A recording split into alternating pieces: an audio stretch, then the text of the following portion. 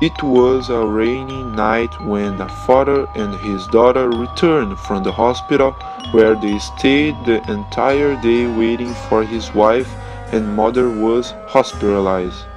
A severe and no illness consumed his life, and doctor didn't know what to do. As the hospital was away, they had to cross a long dark road that cut a big forest. The sound of rain pounding on the roof of the car made a noise and the girl started to doze off.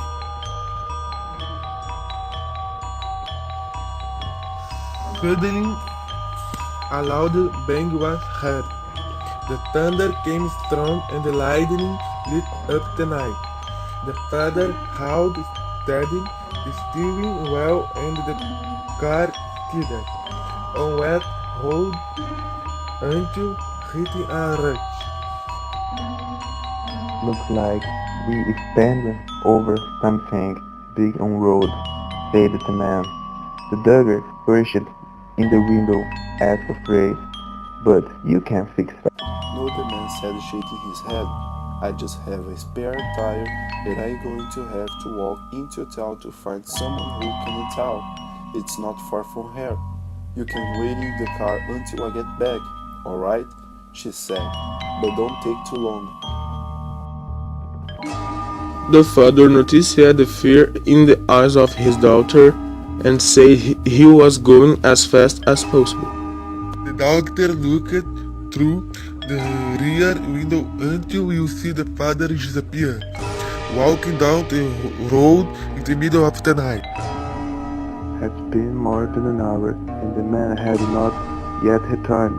The girl started to get her right. What would be the reason for taking so long? Did your dad there has find no radical fear of being on the dark road green moral and moral will to Shishan a figure in steps coming up the road.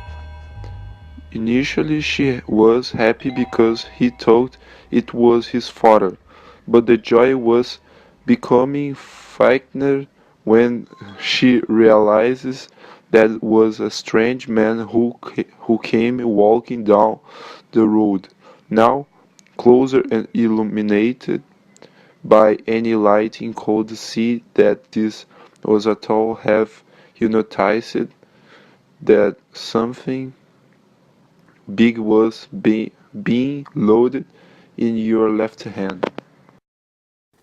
The girl started to get nervous and quickly looked out the doors of the car.